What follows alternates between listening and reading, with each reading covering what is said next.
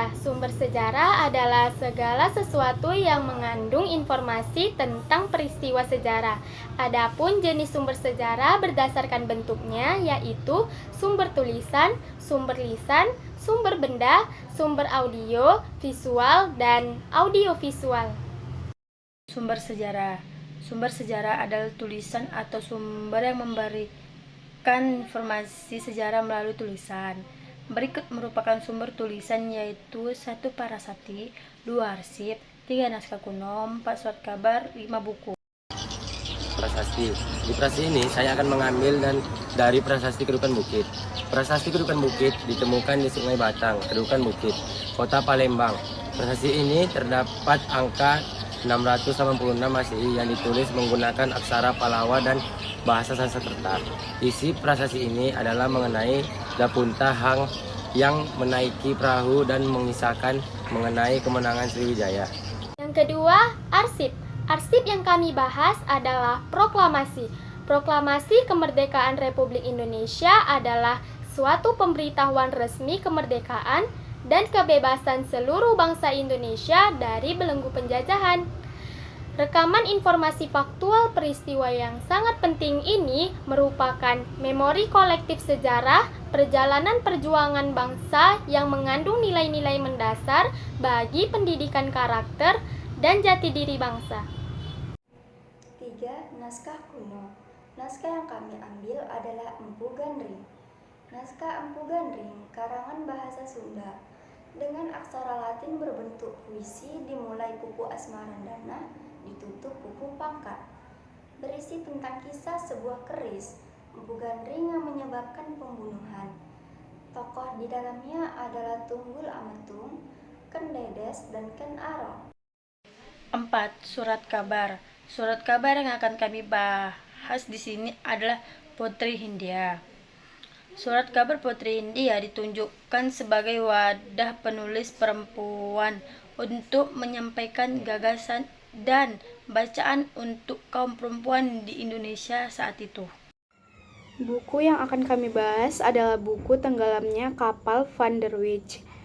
Novel ini mengisahkan persoalan adat yang berlaku di Minangkabau dan perbedaan latar belakang sosial yang menghalangi hubungan cinta sepasang kekasih hingga berakhir dengan kematian. Sumber lisan terbagi menjadi 3 contoh, yaitu 1. Keterangan lisan dari perilaku atau saksi sejarah. Berikut video dari Cut Putri yang menceritakan tentang gempa dan tsunami yang mengguncang Aceh sebagai saksi sejarah. Waktu keadaan pertama kan gempa dulu ya. Gempa itu pertamanya nggak keras, goyang sedikit. Itu saya sedang turun tangga, mau dari kamar mau turun mau sarapan. Kemudian di tengah tangga itu rasa goyang. Saya bilang ini gempa. Kita lari keluar ke arah teras. Begitu sampai di teras, yang lain juga sudah keluar. Mulai gempanya keras sekali. Nah, setelah itu tetangga lain juga keluar rumah dengan keadaan apa adanya karena pagi-pagi ya. Sumber benda yang kami ambil adalah Candi Prambanan. Kompleks candi ini terletak di Kecamatan Prambana, Desa Bokoharjo, Sleman, Daerah Istimewa Yogyakarta, dan Kecamatan Prambanan, Klaten, Jawa Tengah.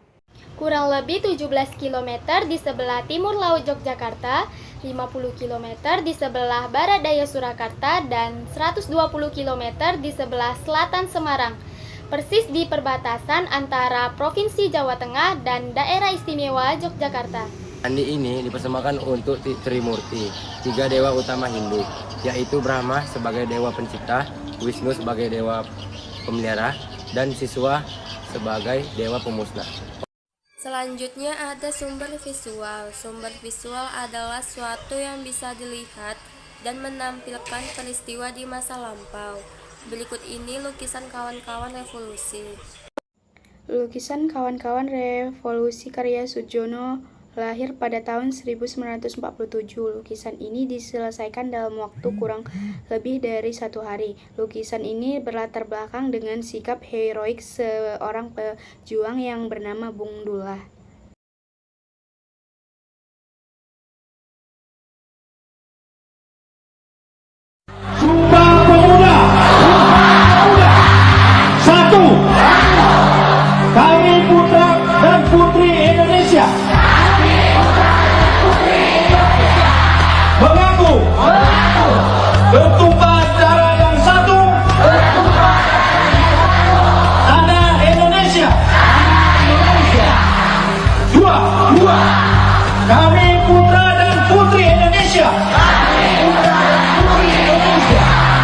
mengaku berbangsa yang satu,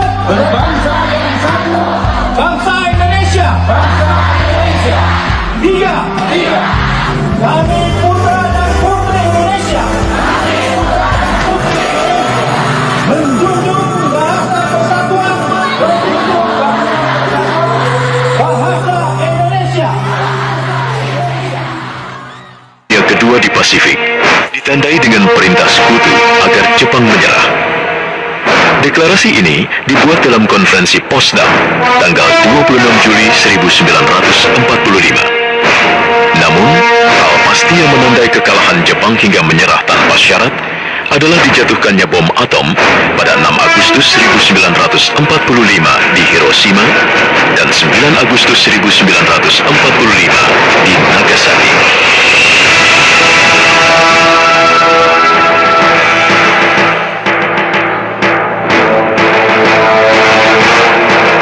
Kekalahan Jepang ini disambut Indonesia sebagai harapan baru untuk membebaskan diri dari penjajahan dan mencapai kemerdekaan.